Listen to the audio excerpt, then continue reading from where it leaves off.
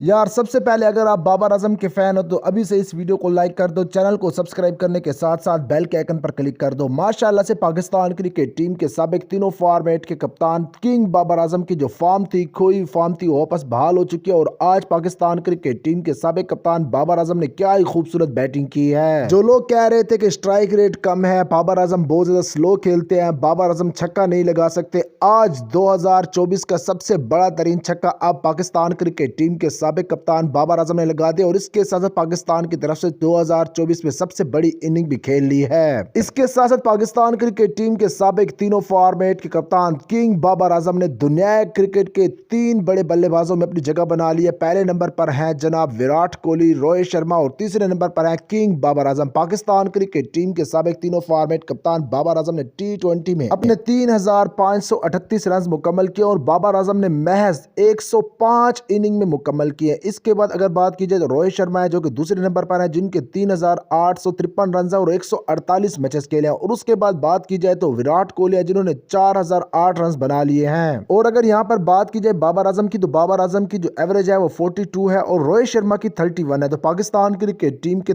साबिक तीनों फॉर्मेट कप्तान बाबर आजम रोहित शर्मा से भी बड़े खिलाड़ी इंशाल्लाह साबित होने वाले हैं। अगर आपको आज के मैच की सूरत हाल से आगाह करूं तो पाकिस्तान क्रिकेट टीम के T20 के नए कप्तान शहीन शाह अफरीदी ने टॉस जीतकर पहले बॉलिंग करने का फैसला किया। पाकिस्तान क्रिकेट टीम ने शुरुआत अच्छी की, लेकिन पाकिस्तान क्रिकेट टीम का एक मरतबा फिर से मिडल ऑर्डर फेल हो गया। पाकिस्तान क्रिकेट टीम के साबिक तीनों फॉर्मेट कप्तान बाबर आजम ने 35 गेंदों पर 57 रन बनाए, जिसमें बाबर आजम ने 6 चौके और इसके साथ 2 खूबसूरत छक्के भी लगाए। पाकिस्तान क्रिकेट टीम के साबिक तीनों फॉर्मेट कप्तान बाबर आजम ने 162.86 के स्ट्राइक रेट से खेला और इसके साथ साथ पाकिस्तान क्रिकेट टीम के साबिक तीनों फॉर्मेट कप्तान बाबर आजम ने सबसे ज्यादा रन भी बनाए, लेकिन पाकिस्तान क्रिकेट टीम को 46 रन से शिकस्त हो गई।